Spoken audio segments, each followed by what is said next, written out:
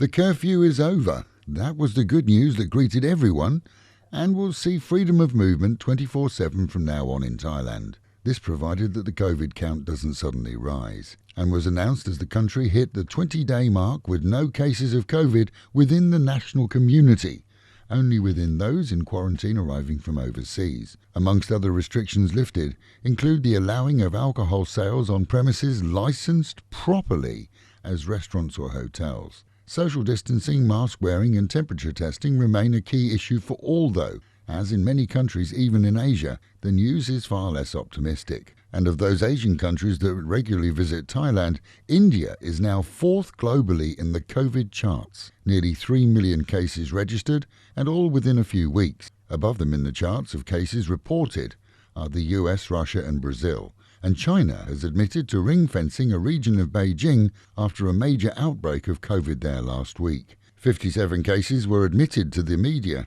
within 24 hours, and concern exists in Beijing that the second wave could be underway. With most anti-COVID regulations relaxed there, the city's largest wholesale market has been closed down, as 11 neighbourhoods there are in lockdown in the densely populated city. Of tests carried out so far, official figures show 10% of testees proving positive for COVID-19, and there are plans afoot to test some 10,000 people to get a full picture. Not so good news for Thailand, perhaps, as plans were being mooted to list China as one of the countries soonest to be allowed tourism access here.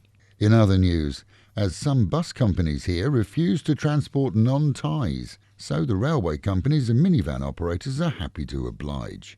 The bus companies, for whatever reason, have admitted to not allowing non-Thais, especially Westerners, on their buses. That, however, won't affect many, as their services are not the most popular for Westerners anyway. Basically, it's ridiculous, as any Westerner here has been here since the COVID outbreak and has the same tiny chance of carrying the disease as any Thai person. Meanwhile, at home and in Pattaya, with restaurants and eateries allowed to serve booze, the reminder is out to check your licenses. Many may have partial food sales licenses, but in order to sell alcohol, a proper license or hotel license is the minimum basic requirement. Operators should consult their lawyers before opening, and the idea of selling a few cheese sandwiches in order to sell beer is out of the question.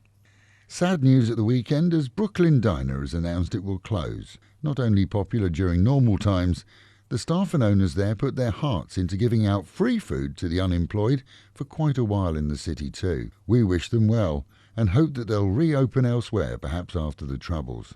For businesses that are reopening, a key issue will be to get the word out. And at Fabulous 103 we have some promotional packages that can do the trick. In addition to radio advertising, which works, we also offer the free listing on our website. And any business opening would be daft not to use that. To do so, visit alwayspattaya.com and click on the Add Events and Discounts. And the Fabulous 103 Food Bank is open again this week to all who are feeding the poor. Monday, Tuesday, Thursday and Friday from 10 until 12 in the mornings, you can collect supplies that will help you supplement those that you have to keep yourselves going. Last week also saw the fund boost Mum's Cafes operation, which has been feeding thousands weekly since the start, and also donate close to 60,000 bahts worth of supplies to the city's biker groups, who are doing the same on a large scale as and when.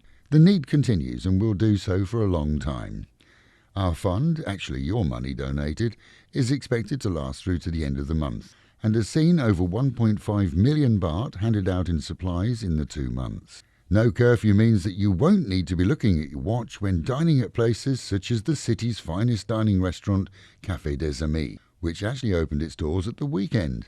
And family diners such as the Loft on the Lake, along with specialty restaurants like Sicily Pizza, are also stocking up with beverages to be enjoyed with their fare. And they are just some of the businesses that have supported Fabulous 103 during the closures, and we owe them a debt of gratitude, as otherwise our doors too may have closed. So we hope that you'll put them on the top of your list for visits soon.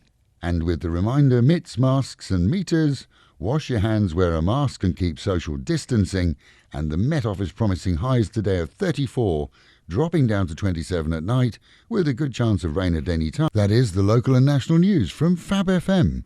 For videos and of course to keep up with Fabulous Pattaya, visit alwayspattaya.com.